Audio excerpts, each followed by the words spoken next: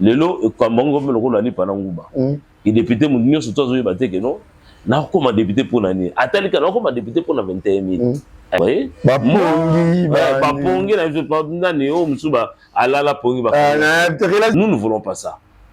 Oui. Tolingi tous en mayele avant que ils en a trop tard pour la biso azaïtune. Parce que eza côté mboka na 4 Angers. Eza vraiment côté mboka Angers. Si tu vas prendre le pays comme ça par une personne que a réussi à le côté, après vous commencez à regretter que non, voilà pourquoi. Donc dans le monde si je savais, on a pression. Mais c'est ça la politique de notre pays. Nous devons changer maintenant cette politique. Il y a un temps ça vient jusqu'à tika pour la ligne. Provincial. Voilà. Alors, les puta côté ka oyo conscience té côté ka té yango pour na liputa côté ka ngoté pour na la nyamasanga to na 5 000 francs.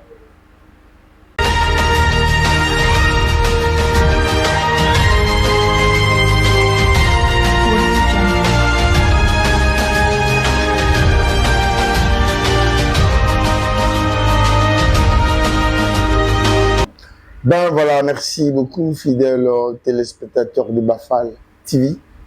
Vous étiez nombreux de partout dans le monde à pouvoir aimer tout ce que nous vous avions présenté comme image en rapport avec les dossiers clés, les sujets clés, circonstanciels ici en République démocratique du Congo concernant les artistes, si pas les comédiens, mais les artistes en général et les élections.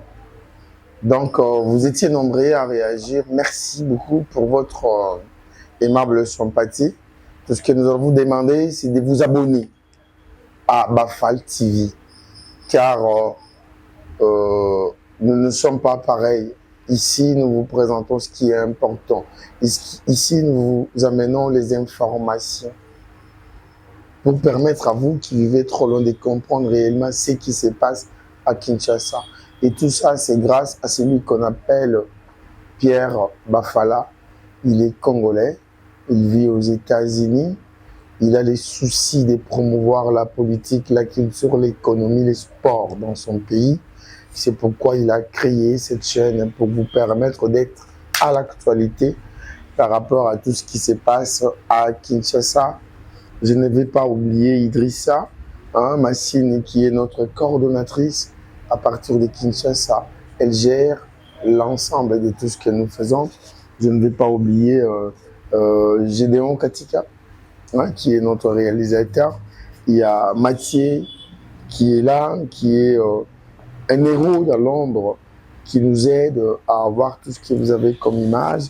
Il y a Océan, Moutambu, qui vous présente par moment des émissions en live. C'est comme l'émission de Fali. Après les concerts de Fali, c'est celui-là, il est beau, il est sympa. Vous allez avoir comme ça des numéros, des images qui vont s'en suivre. Si ce n'est pas Christian Monderi que je suis, ce sera Océan. Ben voilà, cette émission est bilingue. Abonnez-vous massivement à Bafal TV. Mais les sujets continuent.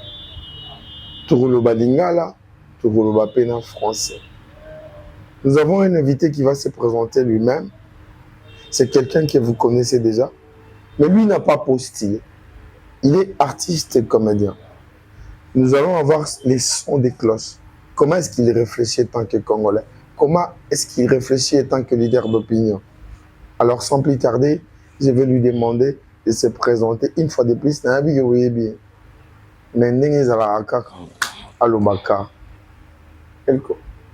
Oui, Christian.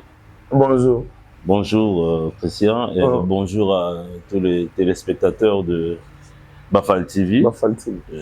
Voilà, et bonjour aussi au boss Pierre Bafala. Pierre Bafala, Mwamba. Vraiment, depuis les États-Unis, j'étais salé, mon frère. Je me réponds au nom de El Congoï. Je suis artiste du cinéma. Voilà. Le cinéma congolais. Le cinéma congolais, oui. Ils ont foutu un mot déjà. Comment Rolanda Bino déjà. Production paymatique. Pour Nigeria, à la première en Afrique, pour la production locale. Comment peut dans la production non? Et ce matin, déjà, l'État peut a yebibino abenga no ça va publicité na yi dozela ngombo. Mais le lot beaucoup mon qui est dans politique, il peut opposer. Bon, pour dire que je vais répondre à la toute dernière question posée, mais toutefois, je vais d'abord épingler une chose. Mes sécrétions, tout ça, là, on par passion et par vocation. Parce que le théâtre, comme on appelle en général dans notre pays. C'est abusivement qu'on appelle théâtre, c'est le cinéma. C'est le cinéma chez nous, ça ne paye pas. On n'a pas de producteurs, il y a beaucoup de choses qui nous manquent et qui ne permettent pas à ce que pour vivre le rôle là-bas. Bah, l'économie sur les Nigériens, pour vivre le rôle là-bas, l'économie sur les Ivoiriens, pour vivre le rôle là-bas, l'économie sur d'autres cieux. Au pays, chez nous, ça ne paye pas. Chez nous, on bénéficie juste d'un moyen de transport. Ouais. D'abord, si quelqu'un t'appelle, oui, au salle d'abord, ils ont un moyen de transport. Parce que avec ces modiques sommes, je ne pense pas que non. Un acteur de cinéma a couru aux anneaux. Et pourtant, ça considéré un cachet. Ouais, c'est ça. Mais ce n'est pas un cachet. Alors, pour parler de la politique, moi, je n'ai pas postulé. Je n'ai pas postulé. D'abord, na sepela la politique, na sepela la politique, mais cause la politique n'était. Parce que même la politique, ceux qui ont réfuté Yango, mais Yango s'intéressait na yo. Mais elle, c'est compliqué quand on est dans l'émission. Au plus bien, Moussa Sarah et Fouta Binoti. Sur la politique, il y a $21 000. Mais c'est donc, dans les seuls moyens où c'est pas parce que Bissoka Baptiste est comédien, M. Christian.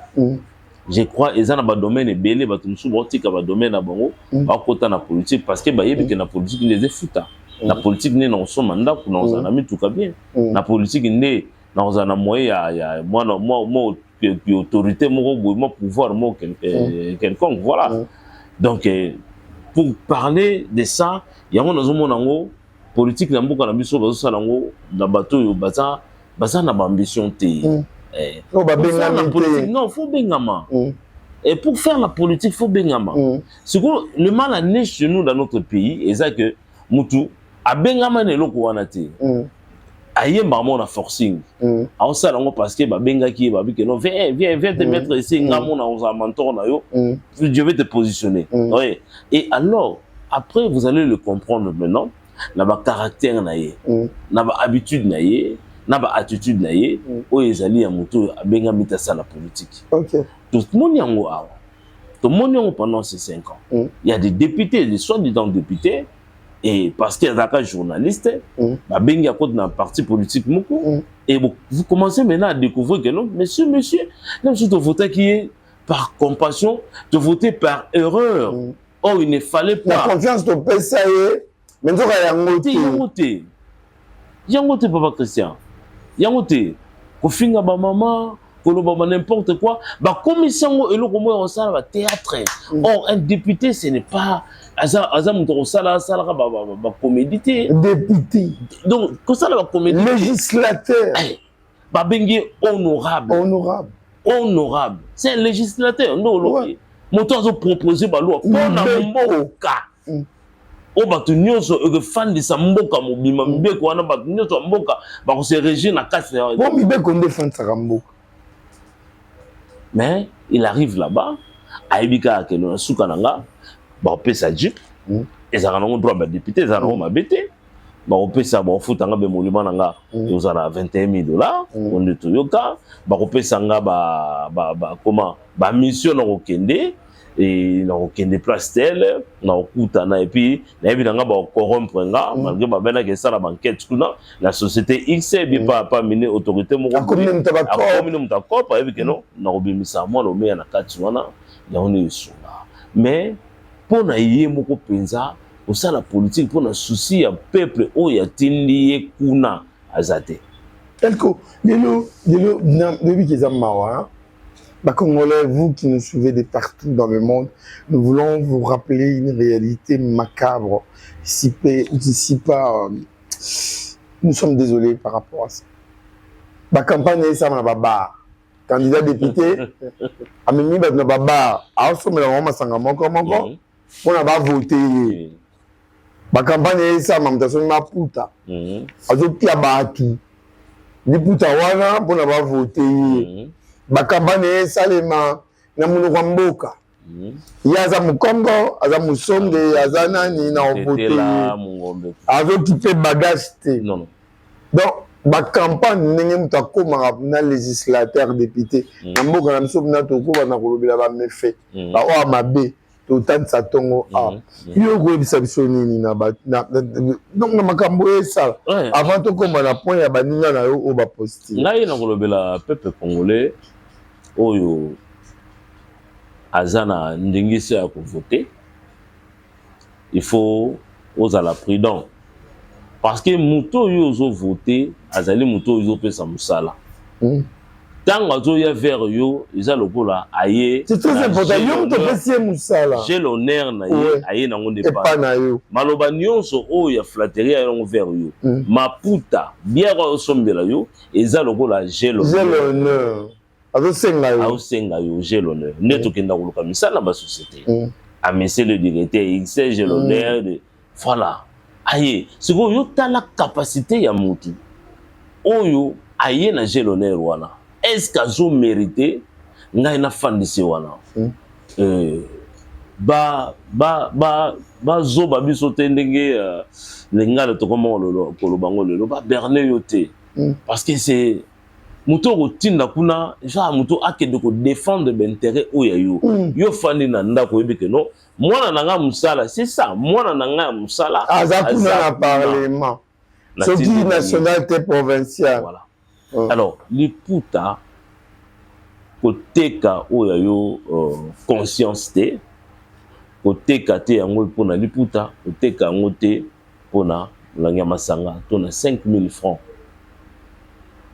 landa mutu wana oyeba discours ni naza nango o comprendre ye est-ce que là le souci vraiment ce qui nga na tindi ye kuna akoluka pensa a défendre nga parce que un député ayaka te asombi câble à courant ye nango te ça na été un député ayaka te asala makambo oyo l'état to gouvernement ko sala ye aza wana si à quelque part et simba te yenda ko interpeller ministre yenda ko interpeller celui qui est responsable ya makambo wana ayaba tuna ye pourquoi ezotambola te okende te o voter pour oyebi keno aosomba câble ye aosomba câble wana pona ni voyez yango wana na osenga na peuple congolais lelo ekambango melo ko lani pana nguba ki député mu nyonso to azoyeba te keno na koma député pona ni atalika na koma député pona 21000 mais o akende penza boye ayebi keno na koma kuna na lobelo côté na lobeta kaka boye et puis na kotanga na groupe moya groupe parlementaire et ngai na ozala désigné la commission bakoma wela kutu mingi commission finance na kotaka na kata commission parce que ayebi d'intérêt na ye et ça d'intérêt personnel et non l'intérêt pour la nation voyez yango tozo monaka ba problème ko peuple congolais to réfléchir vraiment to réfléchir na kata bozindo tozo ba problème lelo lobi okuta wana ondi ko finga ye ka basi ye ka masanga ye ka buzoba ye ka ni parce que yonde muto pesa ki ye voix akena ngokuna yango mona ke voix na yo ne permettre ya koma kuna wa dosane manepo tellement azaki na légèreté akepe kuna na légèreté voilà merci papa Christian nous faisons les caca na légèreté. Merci vraiment fidèles téléspectateurs, c'est pourquoi nous vous recommandons Bafal TV parce que ici c'est pas Didier Lelo, ici nous comprenons en réalité ce qui se passe dans notre pays. Pour avoir le succès par rapport à vos chaînes YouTube, il suffit pas tout simplement d'avoir les Dialelo ou encore parler de n'importe quoi. Il faut ramener la réalité telle que nous sommes en train de vivre maintenant par la bouche de celui qui est considéré par tout le monde. Il n'est pas député, mais il vous dit la vérité. Elko, Bicho Zara, Mingi Mingi Ngonga. Mais ce que Bandegona Mbele. On va postuler. Balanga nzembo. Ba comédien lokola yo, ba cinéaste. Tokutanga nso ba kombo na bango te. Pour éviter ba. Pourtant tozali bango batanga pe kombo no te. Tout à fait. Ziko. Bala nimbongo to ba kei vraiment parce que rupture eza. Bana bato balinganga bango. Na musala o basala. Comme député national to provincial au ça sous musala wana. Do bakati musala o bato balingela bango déjà bakie kolanda mbongo. Yo kolo banini makambo. Bon, en fait, la condamnation bango nyo surtout wana, bako zaka na idée mo yokola na mbongo. Et ce qui est important aussi, tous à la paix représenter. Na bandai na libali awa, oyebisa que musala na biso rémunération malonga exacte. Et Congolais et artistes cinéma, il y a Congolais qui sont pauvres, entre autres, Bavie Kouili Batikibiso, et il n'a pas laissé la maison pour la banane. Oh, mais le président qui n'a pas laissé c'était après sa mort, on dirait, mais c'est après sa mort. C'est après sa mort. Ouais. Il faut ajouter na Babilo Kouana, na tango aza vivant. Ouais. Oye na ngote na tango na kufi na aujourd'hui na ngote malgré que bana na ngana ba tika na ngo. Voyez, il faut que tant on sala oyanga musala que je sois payé. Na soma ndaku, na soma mituka, na vivre bien. Wana ne na okende en paix. Parce que chacun de nous a joué sa partition sur la terre. Et na domaine on na joie. Il faut normalement domaine on est futanga. Alors il faut na za na pe na mon lobeli na kati wana. Ce qui est endémique, natika musala oyanga ya cinéma, tant que cinéaste congolais, na kota na kati ya députation na koma politique et puis na kende ko lobela oyanga i domaine ezala une bonne chose. Mais ce qui accueille nango que kaka na rozwa palissade en futanga $21,000 et ba les à côté zanga raté wana ndeza eloko mabe. Voyez, ngai nazo condamner mututé. Mais il faut que pe azalande na baki azalana ambition politique. Il faut comprendre parce que les gens ba ke ne kunaka votenga les BABA de la politique. Les ABC de la politique. À éviter azana voter parce que la politique ezaka ate que non, c'est lui qui a fait la science politique. Il faut normalement aza akomaka politique. Ils rappellent Makila, oui, tout à fait. Balumumba, voilà. Ils n'ont pas fait la science politique. Ouais. Bah, c'est la droite. Mais ils ont besoin dans le domaine de l'union surtout. Quel que soit architecte, quel que soit artiste, quel que soit dans le domaine financier et tout ça, partout. Parce que politique, Lukana va financier, et Lukana va architecte, et Lukana va culture. C'est ça, non? C'est ça qui généralise ma Kamboana et la politique. Donc, domaine, nous surtout, nous sommes commandés politique. Mais il faut normalement, Moutouana, Azalana, ambition politique. Azalana, une idée sur la politique, on a y aligné Azala. Et puis, Ayeba, Naïro Sala, ni dans la politique. Si tu ne connais pas Makambo Ego Sala, la politique, cela veut dire que c'est rien. Donc, tu es là, tu as rapport à Rosala.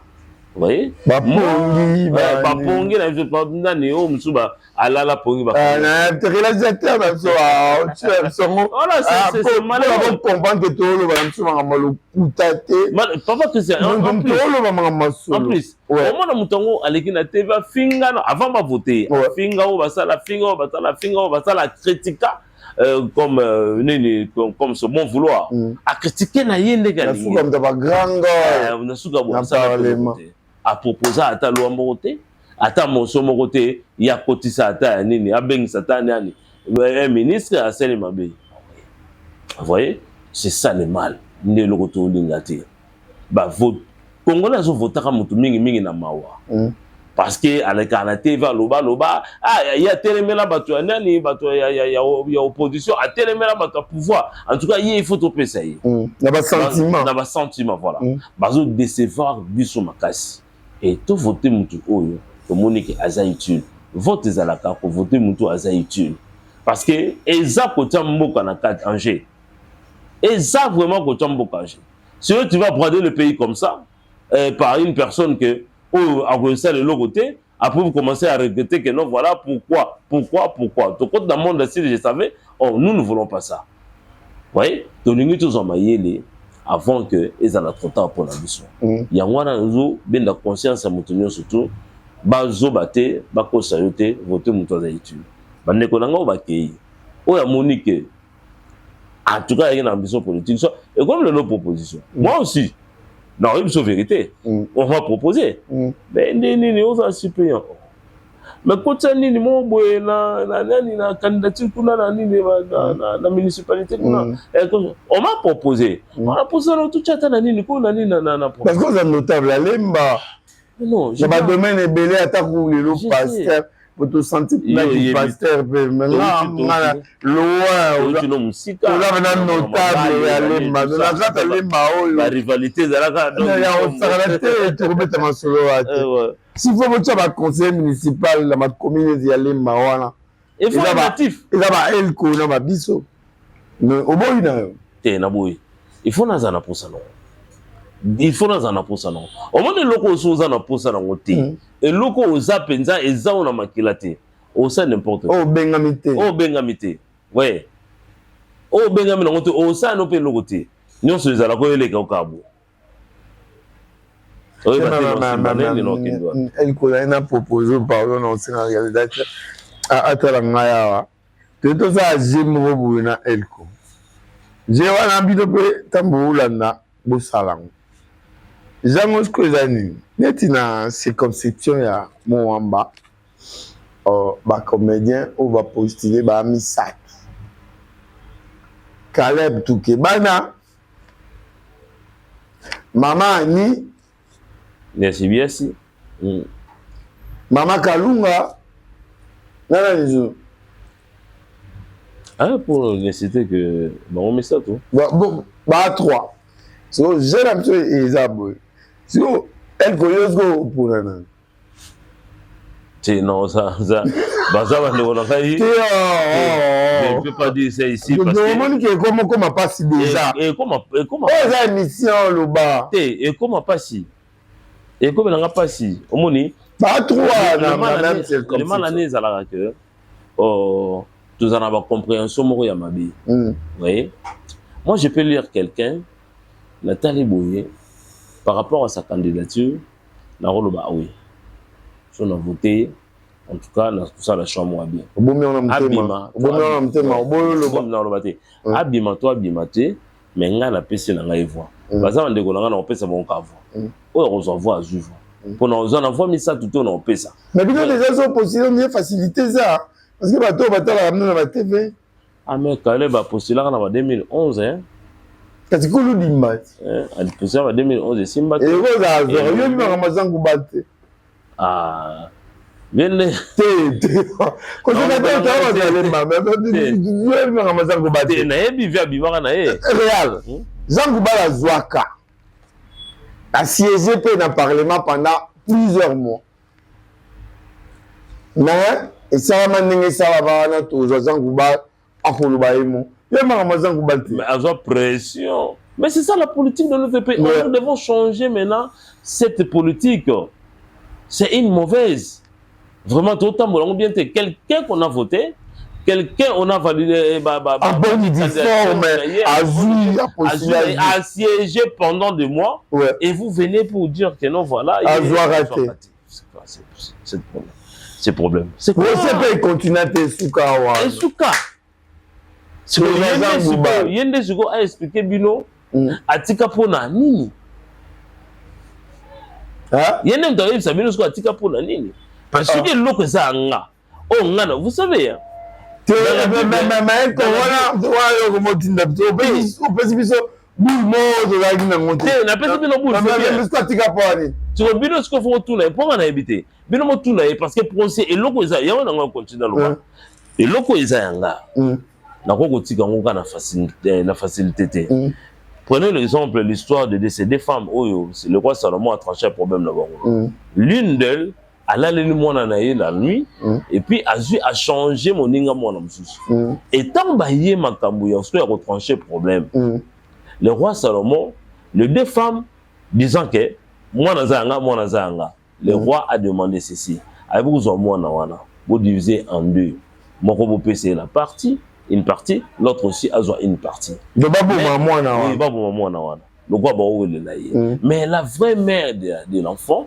alors que le romoko très capital roi kopesa nga été pesa ye akufate pesa ye le quoi il y a ça ndibe ata mwana ye pesa ye mwana wana OK le roi a compris que parce que l'autre abanda koloba nini ezala pe ka bongo ba kata ka mo to yona ngai pe tout ça ni tout ça est-ce que yo ko zanga ta eloko na o ya yo penza la facilité jamais non tikate et le roi avait compris que non c'est cette femme qui est la vraie mère de l'enfant besoin mon bon pesa si c'était moi ti nde bobenga ona ni na les qui président de la République dans Benga Bissou. Fidèles téléspectateurs de Bafala TV, abonnez-vous massivement pour avoir des informations propres et fiables. Je savais qu'on n'allait pas finir cette émission sans passer par la parole de Dieu. Donc, comme une asuka pasteur. Oh, c'est la scoline. Tout ce qui a empreinte sur Félix Hazard, on rappelle leader d'opinion. Fayou Hazard, Maurice Katumbi Baza, Delis c'est ça n'a qu'une côté Maurice Katumbi. Maintenant ça peut ne pas dire côté Maurice Katumbi. J'étais le plongé à poids. Maman nani, maman mon. C'est une maman aussi. Maman, azaka moi c'est maman. Maman. Comment est Kiminga iko? Comment Kim? Merci. Azali. Docteur Mukwege, les réparateurs de femmes. On a leader d'opinion. On vote n'a pas Congolais va voter. Ouais. D'autres comme la souk. Et à tous les Congolais, bah ils baka candidat na bango, bah ils baka candidat na bango. Oh mais ouais le bien. Baza on a ébélé. Ah bah combattant a raté le bas. 29 azanini. Donc les 29 ont voté. Les 20 bisous qui est voté. Dans le numéro 20. C'est bisous le 20 qui est voté. Voilà. Merci beaucoup pour votre disponibilité. C'est moi qui vous remercie. Vraiment beaucoup. Tout bandit qui téléspectateur n'a pas comprendre démarche tous en pas ito bandaki naneni to komiko keneko suka parce que les 20 nous le bien que nous voter. Je pense que toko sauter makambo ya élection na ba artiste dans Congo toko zongela makambo sur les quotidiens to vivre en chaque jour. En tout cas les mots de la fin pour vous. On a Bafal TV et puis on a j'ai aimé l'émission. Et ce n'est pas le rôle à maintenir sur la salle en haut. Un très bon sujet, vraiment besoin qu'on aborder. En tout cas, pour Nanga, na bafano balanda ngai, na osenga la bino, pour ne pas cacher, c'est aussi un frère à moi. Bafal TV, vous s'abonner massivement. Vous s'abonner massivement parce que vous avez des informations réelles. Vous avez des informations à source makamboze les kanamboka même makamboze les kanamonde. Vous avez awa na Bafal TV. C'est moi qui vous confirme. Vous avez awa na Bafal TV. Et en tout cas, merci. Bye. Merci beaucoup à Pierre Bafala depuis les États-Unis. Merci à notre coordonnatrice Idrissa Massini. Merci à Gédéon Katika. Merci à Océan Moutamou. Merci à Mathieu. Merci à Juppé. Merci à vous tous, à vous nous abonnez. Merci à monsieur Serge Pambou depuis le Canada. Merci à vous parce que vous nous avez écrit, fidèle au téléspectateur de Bafal TV. N'oubliez pas, après avoir nous suivre, laissez-nous un commentaire.